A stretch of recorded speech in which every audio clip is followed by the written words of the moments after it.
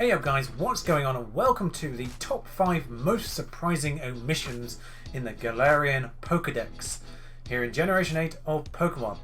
Now our last journey in the Pokemon world took us to the tropical islands of Alola, which were based upon the real life Hawaii.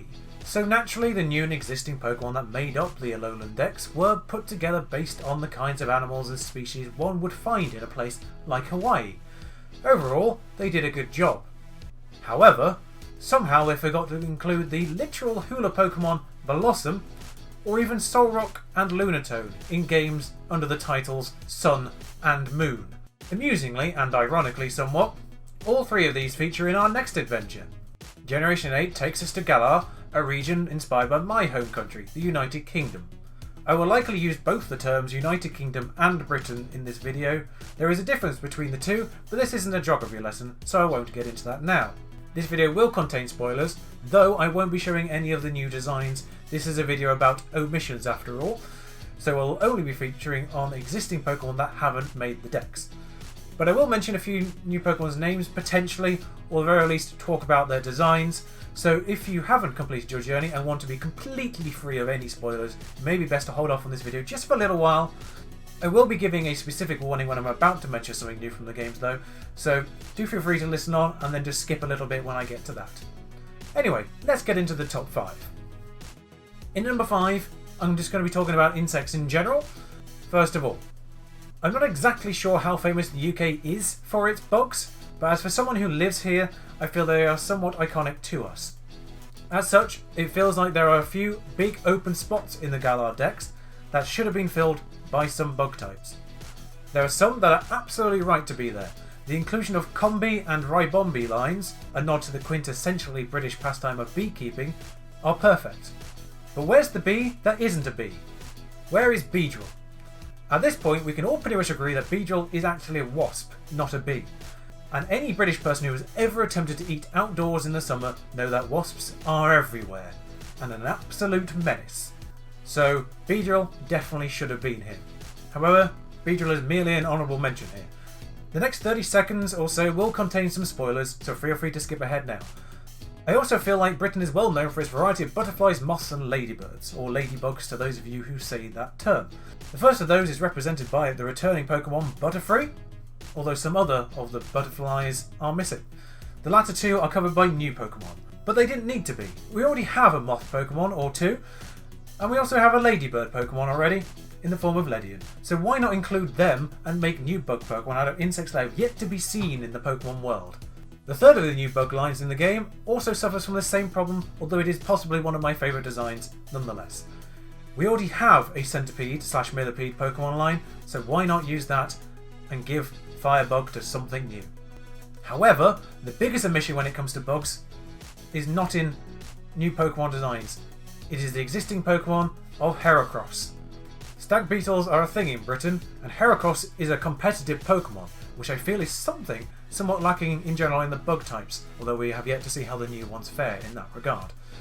Its absence is probably the biggest loss when it comes to the insect world in Galar as a result. Heracross is officially my number 5. In at number 4 is Dragonair. There's a reason why I've highlighted the middle stage of this line and not Dratini or Dragonite. Specifically, Dragonair is the closest analogy we have to the Loch Ness Monster. Unless they're planning to make Gyarados into this role again, looking at you Johto, then they have slipped up in not including this line of Pokemon. Of all the pseudos to have included, surely Dragonair and its line were the front runners. Kommo-o, Hydreigon, Goodra and Tyranitar all made the Dex. And as much as I love some of them, and prefer most of them to Dragonite if I'm being honest, it's hard to make a claim for their existence in the Dex when Dragonair's line is missing. This is especially baffling as Dragonite was, of course, available in Pokemon Let's Go. So I'm sure there's plenty of people who are mad about the fact that they won't be able to bring their Dragonites over for another adventure in Galar from those games. For those reasons, Dragonair is number 4. At 3, we've talked about the bees, now let's talk about the birds. Anyone who's visited one of our fine cities in the UK knows that we are overrun with pigeons. They do feature in the game via Pidove, whose evolution Unpheasant is also based on one of Britain's more iconic residents, the pheasant. That was a no-brainer line for Game Freak to include, even if it is slightly competitively lacking. Although that has been partially fixed by an improved move pool this generation. However, the poor OG Pigeon, Pidgey and its evolutions have missed out, perhaps as a result of this, which I think is a little unfair. So Pidgey gets an honourable mention here. There's a new line of Pokemon based on another British icon though, the Raven, which is wonderful. The problem? There's no Murkrow. If anything, Britain has more crows than ravens, and whilst Corviknight is an insanely brilliant design, it does highlight the absence of the dark flying type all the more. What's particularly annoying is there is a dark flying Pokemon in the Dex, Mandibuzz, the vulture Pokemon, because Britain is well known for his vultures. Good job there. Murkrow is number 3.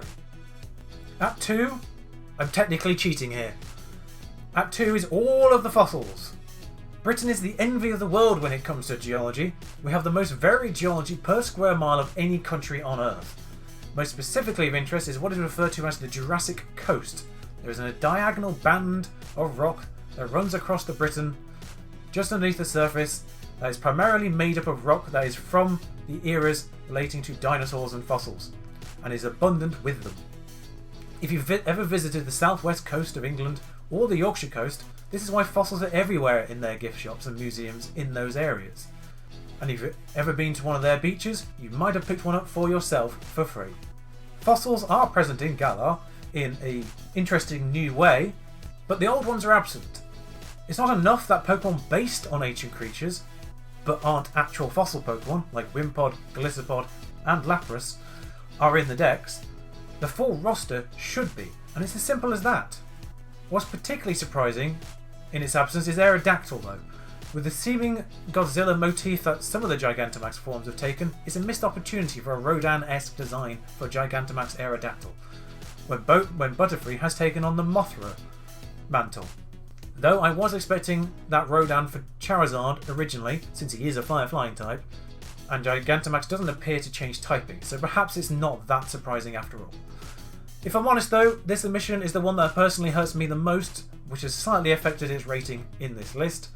The fossil Pokemon are amongst my favourites in general, and whilst my favourites otherwise have done quite well against the Purge, I will be missing the fossils the most. And number 1, however, is the most heinous of all the omissions. The most iconically British animal is missing. The Swan. When some of the other slightly lacking in competitive Pokemon have received moveset buffs at the very least, it's extra confusing that Swanna is missing, because you can't even argue it's been left out for competitive reasons. I've always felt that Swanna has been hard done by, in that sense, as swans are vicious creatures. The Pokemon should have always been far more offensively powerful, and now was their chance to rectify that mistake. Maybe with a stat buff, maybe with an offensive move pool buff, or even a Galarian or Gigantamax form like some of its maligned Gen 5 brethren. However, it's received none of these things, and is completely absent from its decks despite its iconic nature in British society and culture. The Queen is going to be so furious. So that's my top 5. Are there any other Pokemon that you miss, either in general or from a UK association standpoint? Do you agree with my choices? Please let me know in the comments below. But until next time, ta-ra.